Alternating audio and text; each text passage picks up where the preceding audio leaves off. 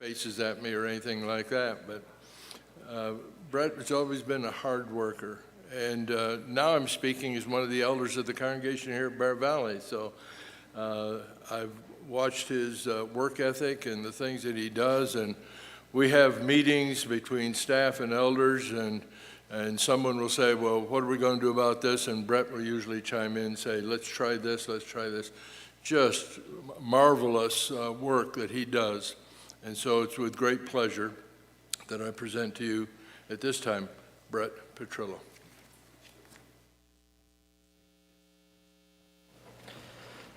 Thank you, Dave.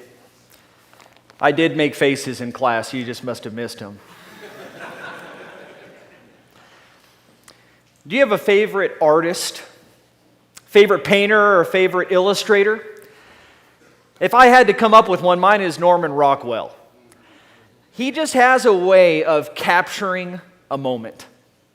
He has a way of taking something that you can relate to, whether it's a first date or it's a doctor's visit or some sort of other situation, and it just sort of takes you into the moment, into some sort of whimsical and relatable way. And he has such a way of capturing that moment that it just really speaks to you. But of course, Norman Rockwell didn't just do kind of these fun, whimsical moments. He often did ones that were more difficult. There's one he did in 1964 called "The Problem We All Live With." And if you think about what was happening in 1964, it was at the height of racial tension. And problems that were occurring where it was difficult just to exist if you were an African American person, not to mention if you wanted to try to stand up for your rights, and I'm sure I don't even know the half of it. But Norman Rockwell was asked to do a painting for Look magazine, and this was the first one that he did, and it pictures, as you can see here, a 6-year-old African American little girl who's being escorted by 4 U.S. Marshals into her school in New Orleans. This had come on the tail of a court case where Brown versus the Board of Education started saying, we've got to stop segregating our schools.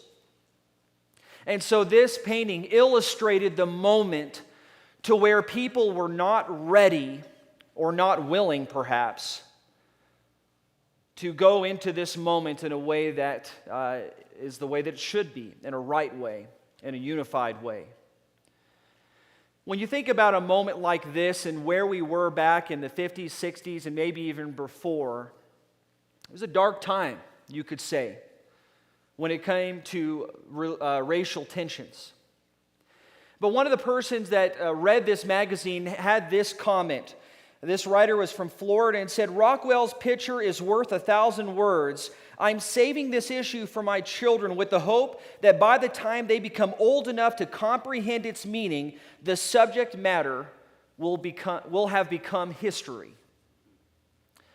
Well, I think in a lot of ways that has happened. But maybe in a lot of ways it hasn't happened. I wonder what Norman Rockwell would be painting today. If he were to be examining our society, what type of issues and situations would he be painting in order to capture what we're going through? Would you say that we've improved from the 60s? I think in some ways, yes.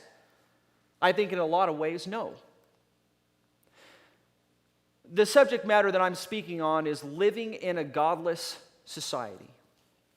Because that is where we're at.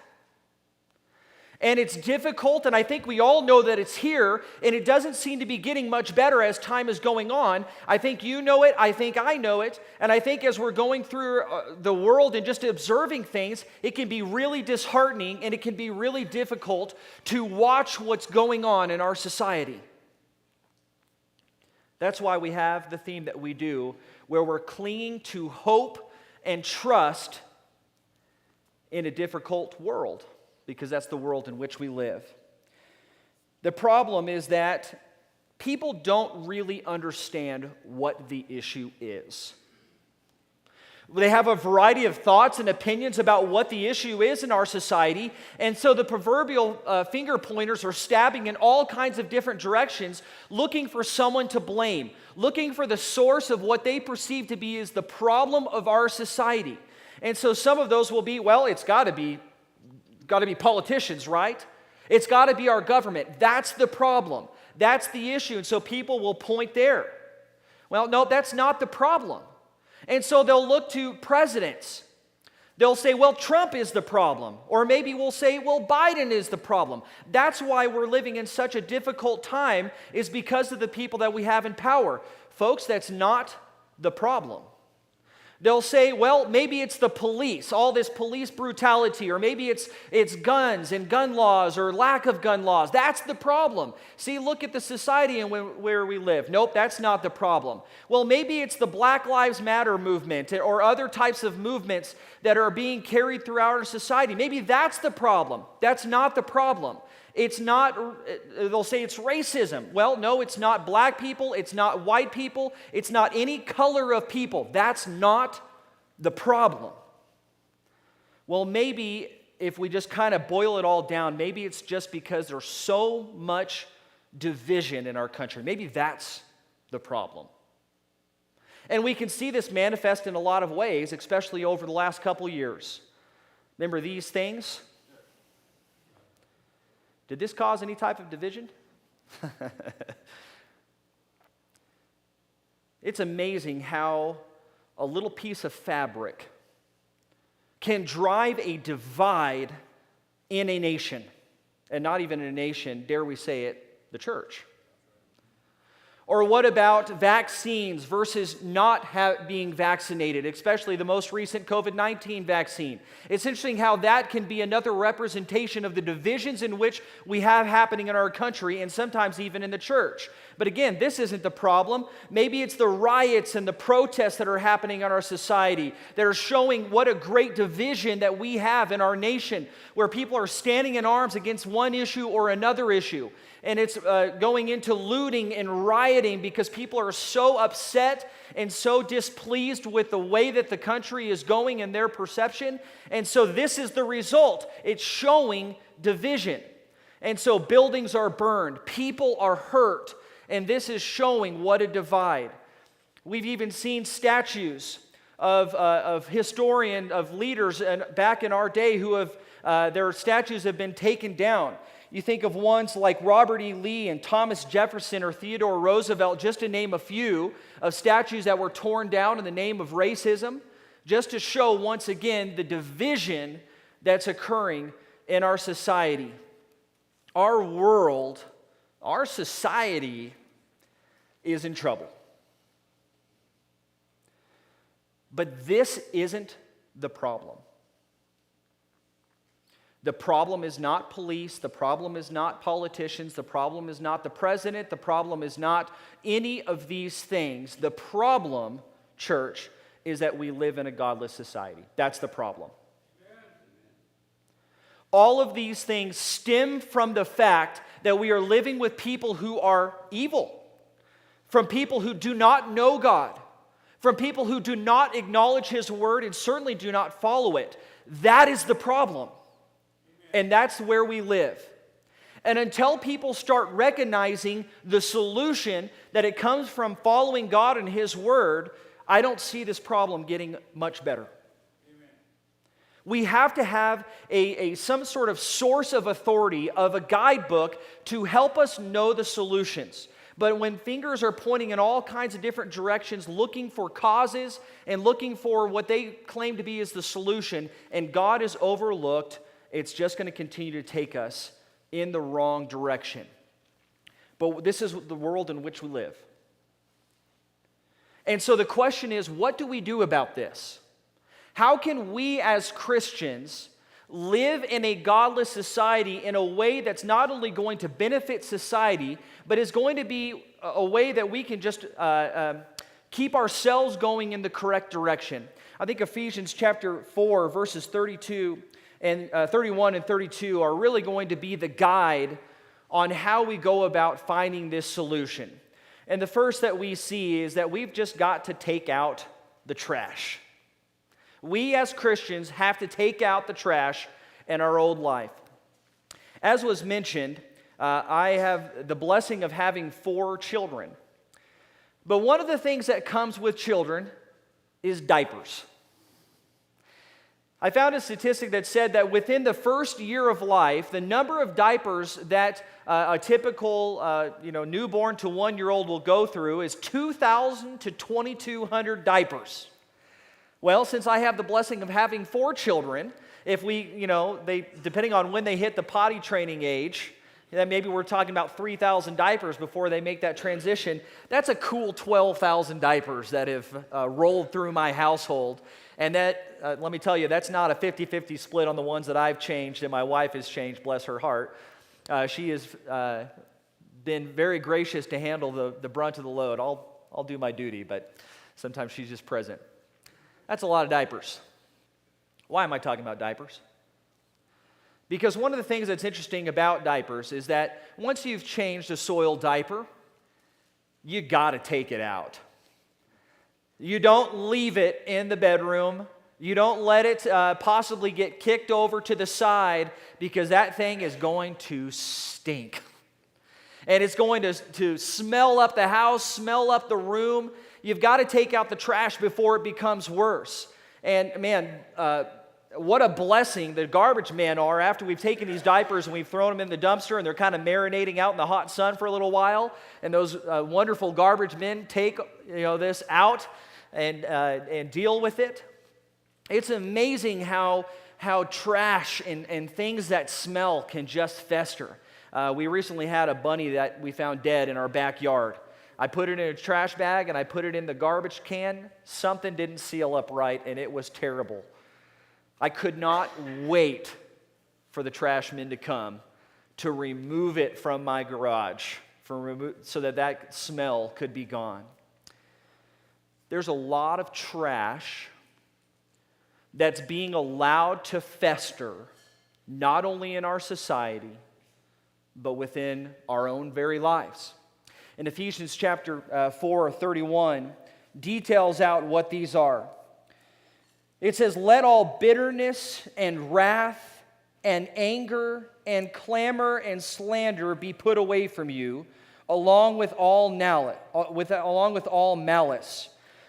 When we see the trash that's happening here, Ephesians is being written to Christians. And so he's not even talking about the society. He's talking about, hey, you guys, Christians, here's what you need to adjust. It's written on, these are rules and guidelines on how to behave in the church. How do we function as Christians? And so he talks about the trash that has to be taken out. Let's break down each of these. First of all, he says bitterness. Bitterness is talking about those who are holding on to their animosity, holding on to those hurt feelings. Maybe they've been wronged. Maybe there's something that's happened to them that's causing them to be bitter, but for whatever reason, they're holding on to these feelings.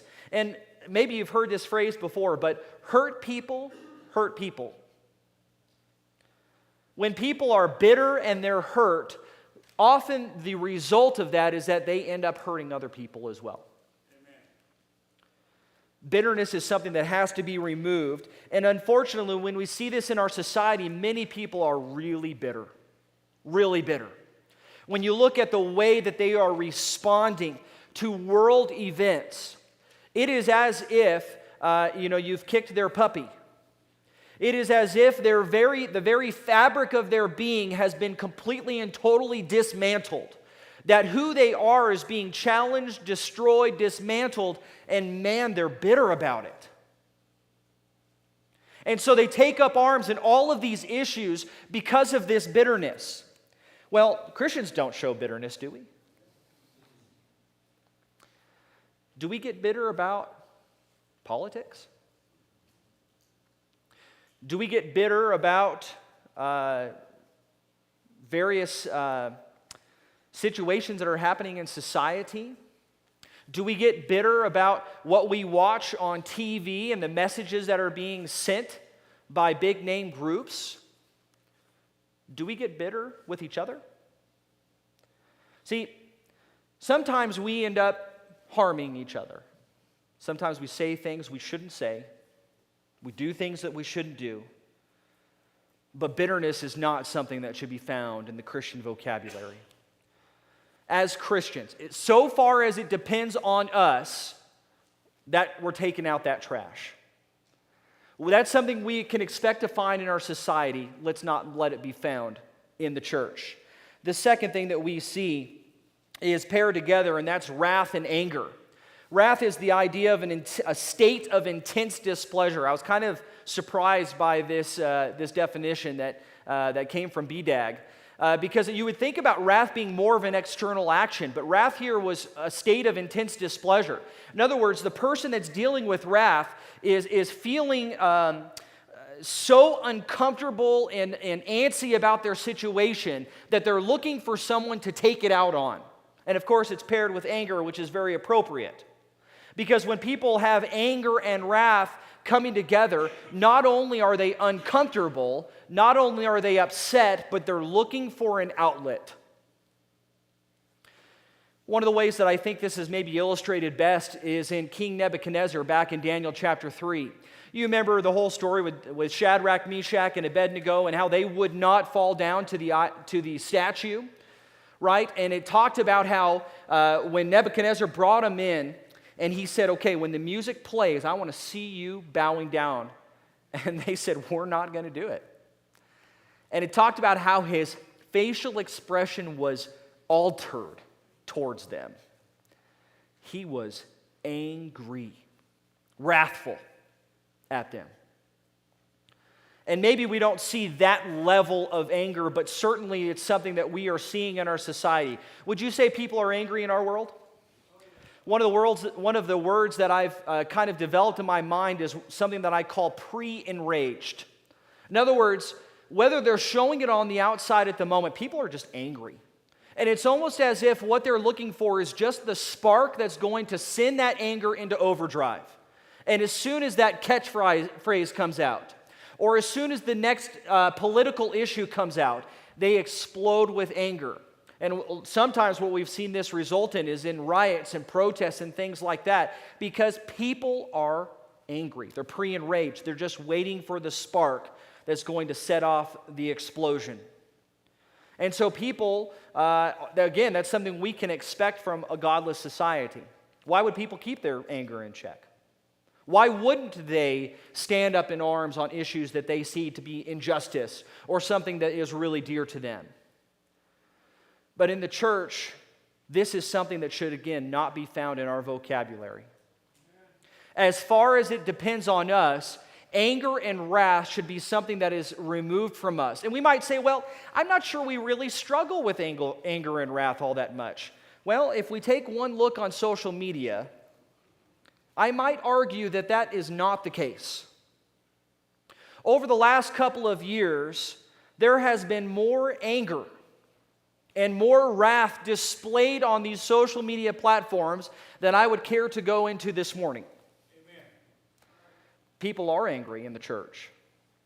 And they're angry on a lot of issues. All I said was the word masks, and we began to laugh a little bit because we know there has been anger. We know about this. We've lived through it. We're not exempt from it. Again, these instructions in Ephesians 4 are written to Christians.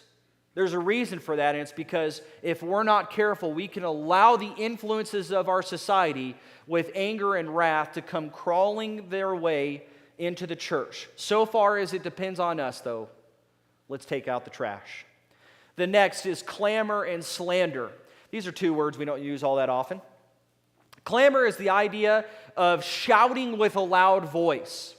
And slander carries the idea of denigrating or calling out and trying to destroy somebody else's character. I think it's very appropriate that these two are paired together because what's happening a lot of times in our society is that if you're upset with something, then the way that you go about handling it is you shout with a loud voice and destroy someone's character.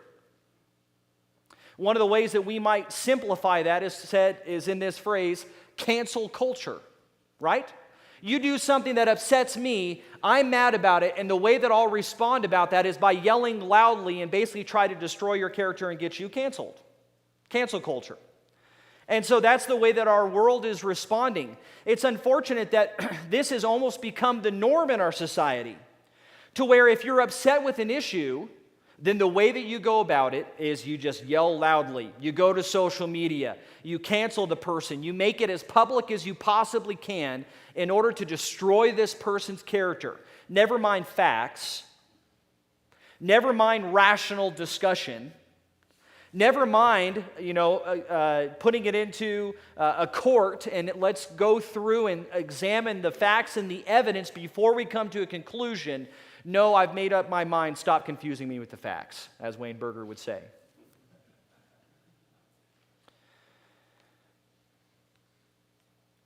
Wouldn't it be great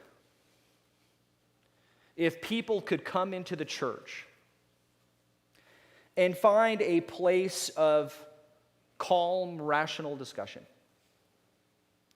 Wouldn't it be great if people could have disagreements with each other on things that are not of matters of salvation? To where we can say, okay, I see your opinion and I disagree with you, but I love you. Wouldn't that be such a great place? But sometimes, even within the church, that cannot be found. As far as it depends on us, let's take out the trash of clamor and slander and not let it be named among us. The last that's mentioned here is the idea of malice. Malice is defined as being mean-spirited, or it's a vicious attitude or disposition. It's doing something just in an evil way, where you're really trying to tear someone down and destroy it. It's done with evil intent. And we can see a lot of this that's happened in our society, as we've talked about, with the looting and rioting and cancel culture and all of these things. I think a lot of it is done in malicious intent, to where I'm going to destroy you and I don't really care what it does to you as long as it benefits me. And so the optimist in me would like to say, well, surely this is not something that Christians struggle with. We're not going to do things to each other with malicious intentions, are we? Again, Ephesians 4 is written to Christians, meaning that this is something that we can allow to come creeping into our homes. We can allow to come creeping into the church if we're not careful. Perhaps of all of the ones mentioned here, this is the one we would struggle with the least, but let's not kid ourselves in thinking that it's completely and totally gone. Let's remember that we are not exempt, and that this is something in which we have to keep in check. Can you imagine a world to where people do things with pure motives? Where I'm not trying to destroy you, okay? I'm doing this with pure motives. And the way that I'm going to go about doing this is I'm not going to yell loudly. I'm not going to slander you on social media. I'm not going to run out and make a public display, but I'm going to go to you personally, and let's just have a calm, rational discussion. Let's examine the facts. Let's see what the evidence of the situation is. Can you imagine a place to where people are willing to have such calm, rational, loving conversations? Would not so much more get done in our society if people would approach it this way? But see, that's the biblical approach. And that's not the society in which we live. But that is what we should find in the church. So far as it depends on you and me, let's be people who are taking out this garbage and living in a way that's going to be one of peace, one of calm, rational discussion, and above all else, of love. So first of all, we see from Ephesians 4 that we got to take out the trash, but then secondly, we see that then we have to sanitize everything with kindness. I thought it was interesting during COVID that the sanitizer crisis kind of occurred, right? Where we were missing out on all of the sanitizer. Companies went dry. They didn't have the workers to be able to keep up with demand. And so it was interesting how all kinds of side companies, where it really wasn't their main focus, began creating sanitizer. And you were always grateful if you went into a store and there was some sanitizer there. But I don't know if you ever noticed a couple times when you squirted it and it stunk. Do you ever have the hand sanitizer that stunk really bad? But it's interesting that even though the sanitizer stunk, you still were grateful for it. Because what it meant was, I don't have COVID on my hands, even if I have stank on my hands, right? One of the things that's greatly missing in all throughout the society is just a general baseline of kindness. Just people being kind to each other. As we continue on with our text, it says, be kind to one another, tender-hearted. So we've taken care of all of the trash, and now what it's being replaced with, as we're cleaning up the situation, we are being kind to one another and being tender-hearted. Much of the emotional response that has come from our society, as we've talked about, is one of anger, of wrath, of hurt feelings, of people being pre-enraged, and all of these things. And what's just missing is kindness. Very few people are choosing the path of kindness, to where I'm just making kind of a general baseline. I'm going to make an assumption that you don't have bad motives, and even if you do, I'm just going to choose to be kind. I'm just going to be kind to you, whether I get it back or not. I'm going to be kind to you. And it's amazing how so often what that does in the flaming inferno of anger and wrath and all of these things is it throws a nice bucket of cold water on the whole situation and just makes people settle down and think rationally to where maybe we can come to a nice conclusion where we're not upset and angry at each other. You know, we've already mentioned a lot of the inflammatory issues at the beginning of this lesson. And it's interesting how, as Christians, one of the things that's happened over the last couple of years is we have taken up to the top of the mountain to shout and take a stand on certain issues, right? To where, maybe I'm not going to say much about my own Christian beliefs, but I will take a stand on politics. I'm not going to necessarily put out evangelistic posts and ideas and things that can help people find the Savior, but I am going to take a really hard stand on some sort of social or political issue. The question is, are those really the hills that we want to die on? Is that really where we need to stand? Is that the most important message to get out in this life?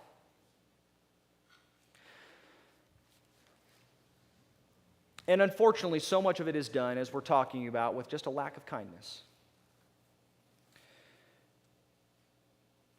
It's been said, and I think I heard it from my mom growing up, if you're not kind, you're the wrong kind. I think about the words of Solomon in Proverbs 15, verse 1, a gentle answer turns away wrath, but a harsh word stirs up anger. How often in our world is the response to some sort of injustice a response of more anger? And all it does is continue to throw fuel on the fire to where it becomes this raging inferno. It becomes a dumpster fire of just filth and disgustingness. And too often, even within the church, we have a bad habit of responding to one another. Even if you respond to me badly, my response should not be one that matches that. We struggle with revenge, right? We struggle to one up. If you insult me, I'm looking for a way to insult you. But not only am I going to insult you, but I'm going to find a way just to take it up a notch. Where's kindness? Where's being tender-hearted to one another? In Judges chapter 8, the men of Ephraim were really upset. They were really upset with Gideon because in chapter 8, verse 1, they came to him and they said, "Why did you not call on us to come fight?" If you remember what Gideon did, he took the 300 men and they marched around the city and they were able to conquer it. And so Ephraim was saying, "You should have called on us." It talks about how they were vigorously opposing him. They were really upset about this situation. And what's interesting is when you look at Gideon's response, it was one that really threw a bucket of cold water on the situation. He said, what have we done in compared to you? Yeah, okay, we didn't call you maybe as soon as you wanted to be called, but what we did is small in comparison to what you, Ephraim, have done. And when you examine the context of the situation, it actually was very true. Because what did Gideon do? Well, he got 300 men. They marched around a city. They threw down some pots. The men got all upset, and they conquered the city. That really wasn't very much, right? Really, the true victor on that day was the Lord. But then what Ephraim did is they came down from the hill country. They went and they pursued the enemy, captured 2 of their leaders. That put in a lot more time. That put in a lot more effort than actually what Gideon did. And so what Gideon was saying was true. Okay, I didn't call you soon enough, but I want you to think about this situation. You've actually done a lot more than me. And when they heard these words, it really calmed down the situation. Now, how could have Gideon responded? Hey, you should have called us. Well, you know what? I don't want to call you. You guys smell. I don't know. He could have gotten upset. He could have gotten inflamed. He could have gotten defensive. But instead, he just ignored all of that and just pointed out a truth in a kind way. And it threw a bucket of cold water on the whole situation. Kindness sanitizes viral situations. Kindness throws a bucket of cold water on heat. And we're living in a society that is on fire, and kindness could go a long way. But not only just kindness, but being tender-hearted, being willing to empathize with each other, to say, yeah, you really have gone through a lot. And I'm sorry for that. To level with people. Instead of just becoming defensive or saying, well, I'm not going to stand with, just trying to see the world from their point of view, to have a soft heart that's willing to accept that maybe they've had some difficulty in their life too, and being willing to level with them. Not only do we need to take out the garbage, but we need to sanitize everything with kindness, and then as we continue on in our text, stop bringing the trash back in. It really is pretty simple, guys. If we want to live in a society that's dealing with all of this and is typically throwing trash around, we've brought it in. Let's take it out and let's stop bringing it back in. It was not one of my brightest moments. I had changed the oil in my car, and I had it in the open kind of, trough container, and I didn't have another container to put it in. You can already see this is going to go bad, right? And so, I called the auto store. They said, yeah, you can bring the oil down here, no problem. And I thought, okay, well, I've got to get it from point A to point B. So I, talked to my beautiful wife, and I said, hey, Julie, I've got an idea. You hold this oil in your lap, and I'll drive real slow, like real slow, okay? And, it's just down the street. We'll get down there. It's going to be okay. And so we were living in a townhome at that time, and we had kind of a covered parking garage. And so after much convincing, my wife reluctantly agreed with the stipulation, you better not spill this on me. So we put the oil in her lap. And as I'm looking over at her, and I pull it into reverse, is making sure it doesn't have like kind of that little sudden lurch as it goes into gear. Everything's going just fine. Focused on it. It's teetering just a little bit, but not much. I begin starting to back out the car. I'm watching. I'm going really slow. And I'm so focused on the filth that I brought in my car, I didn't even realize somebody parked directly behind me. So I bumped into the car slowly, but the oil just went all over my wife. I received the death glare of death glares, and I'm hoping to get out of the doghouse maybe in about 10 or 15 years. I'm looking forward to that by the grace of my wife. No, she was very, very kind with me, even though clearly I had no brain cells on that day. What was the problem? I brought the trash back into the vehicle where it never should have been to begin with. I should have taken it out and put it in a place to where it would never find its way into the vehicle. Okay?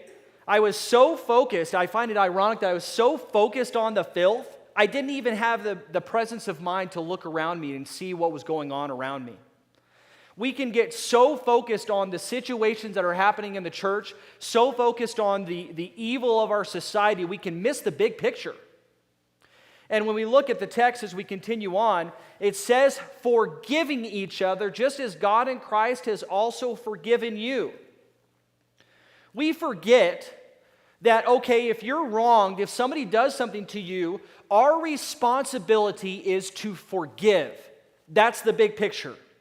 But we get so caught up in the moment of, yeah, but he said this or she did this and I'm upset and this, and we just go off and off and off on it and we forget the big picture of, no.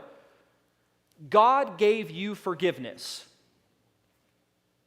So your responsibility is to forgive. When you think back in Matthew chapter 6, when he's given the instruction on how to pray, he said, forgive others. If you do not forgive others, your heavenly Father will not forgive you. Do you want God to forgive you? I know that I do.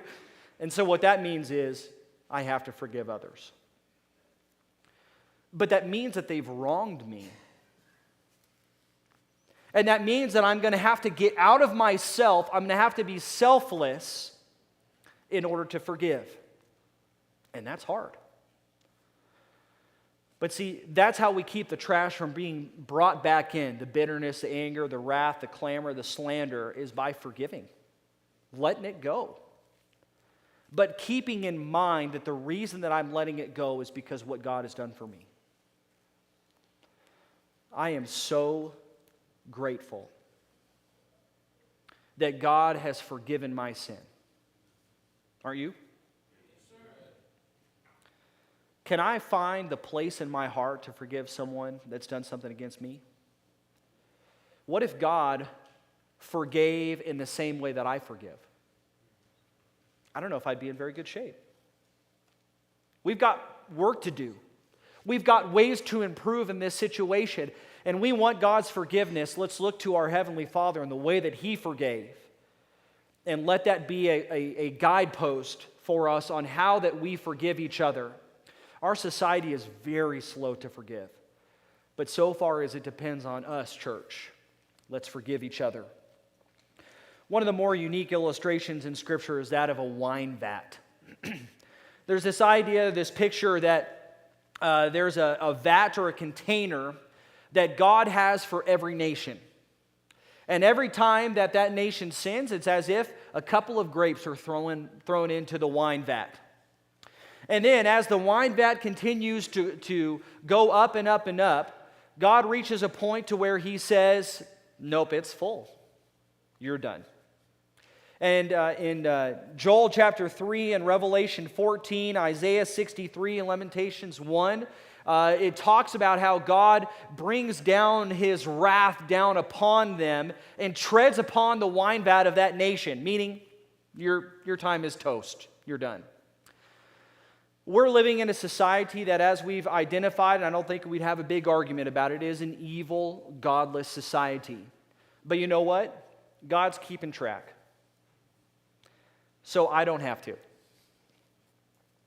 God is watching our society and seeing all of the sins and watching the wine vat fill up, and He's going to take care of the situation whenever that happens. But, church, our responsibility is not to save this nation. Let me rephrase that. My responsibility is not to save the United States of America from destroying itself. That's not my responsibility. My responsibility is to save my next door neighbor. My responsibility is to save the grocery store clerk. My responsibility is to try to save my best friend. That's my responsibility. Not to try to save this nation or take up in arms on all these political issues. My job is to save souls, to get as many people to heaven, and God's going to take care of the rest. This world is not our home. That's what we just sang. This nation is not our nationality. We are Christians first and Americans second. And let's not think that those are equal. When we think about all of these things that are happening in our society, I want to give a couple of lessons of application as we close. Let's please think about what we're posting.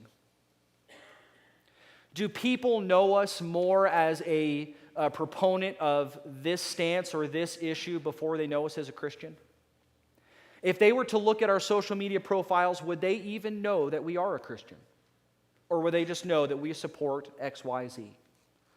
Let's be careful about the way that we are going into the street corners of Instagram and Twitter and Facebook and promoting and claiming all of these things.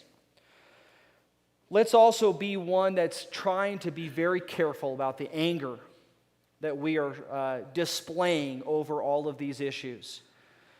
Evil can be something that makes us upset.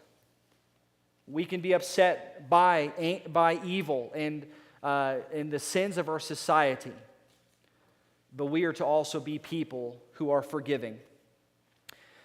How do you think that Christ would respond to the hot button issues of our culture? Do you think he would pull out his iPhone 14 Pro Max and jump on to Instagram and be talking about, some sort of issue on vaccines or politics or masks or gun control? Can you see him posting something like that? Would you see him on his social media accounts just full of opinions on cultural topics? Would that be what was contained there? Can you see him getting all up in arms about vaccines? Could you see him missing out on worship because people are or are not wearing masks? Do you think he would make that stance? Can you see him neglecting his personal Bible study because he's researching cultural topics? Or maybe, he's going to go to a sporting event. Can you see him neglecting things like that? Can you see him getting into heated debates over political party? I have a really tough time seeing that. Our Savior focused on souls. He focused on building relationships with people and not worrying about all of the trash that was happening around him. 2,000 years ago, there was perhaps not a more godless society than the one that Christ was living in, that even put him on the cross. And yet his focus was not that. His focus was on people, was on souls, and was on the church. As so far as it depends on us, let's take out the trash, let's sanitize things with kindness, and let's stop bringing the trash back in, church.